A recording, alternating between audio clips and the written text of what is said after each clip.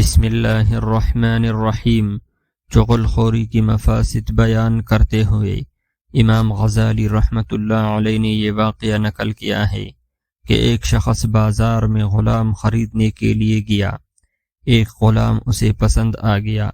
بیچنے والے نے کہا، اس غلام میں کوئی عیب نہیں ہے، بس یہ ہے کہ اس میں چغل خوری کی عادت ہے۔ خریدار راضی ہو گیا اور غلام کو خرید کر گھر لے آیا۔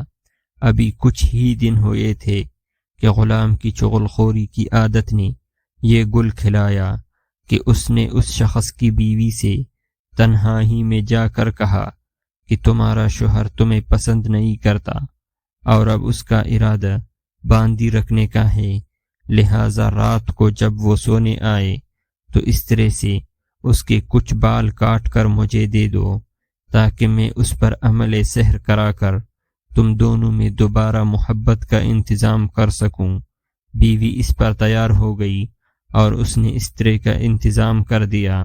ادھر غلام نے اپنے آقا سے جا کر یوں بات بنائی کہ تمہاری بیوی نے کسی غیر مرد سے تعلق کر لیے ہیں اور وہ اب تمہیں راستے سے ہٹا دینا چاہتی ہے، اسی لیے ہوشیار رہنا۔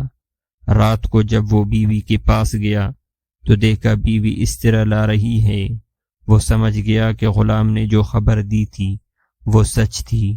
اس نے قبل اس کے کہ بیوی کچھ کہتی، اس نے اسی اس طرح سے بیوی کا کام تمام کر دیا۔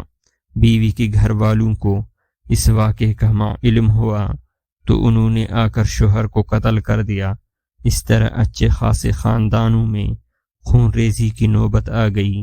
الغرض چغل خوری ایسی بری بیماری ہے جس سے معاشرہ فساد کی آماج کا بن جاتا ہے۔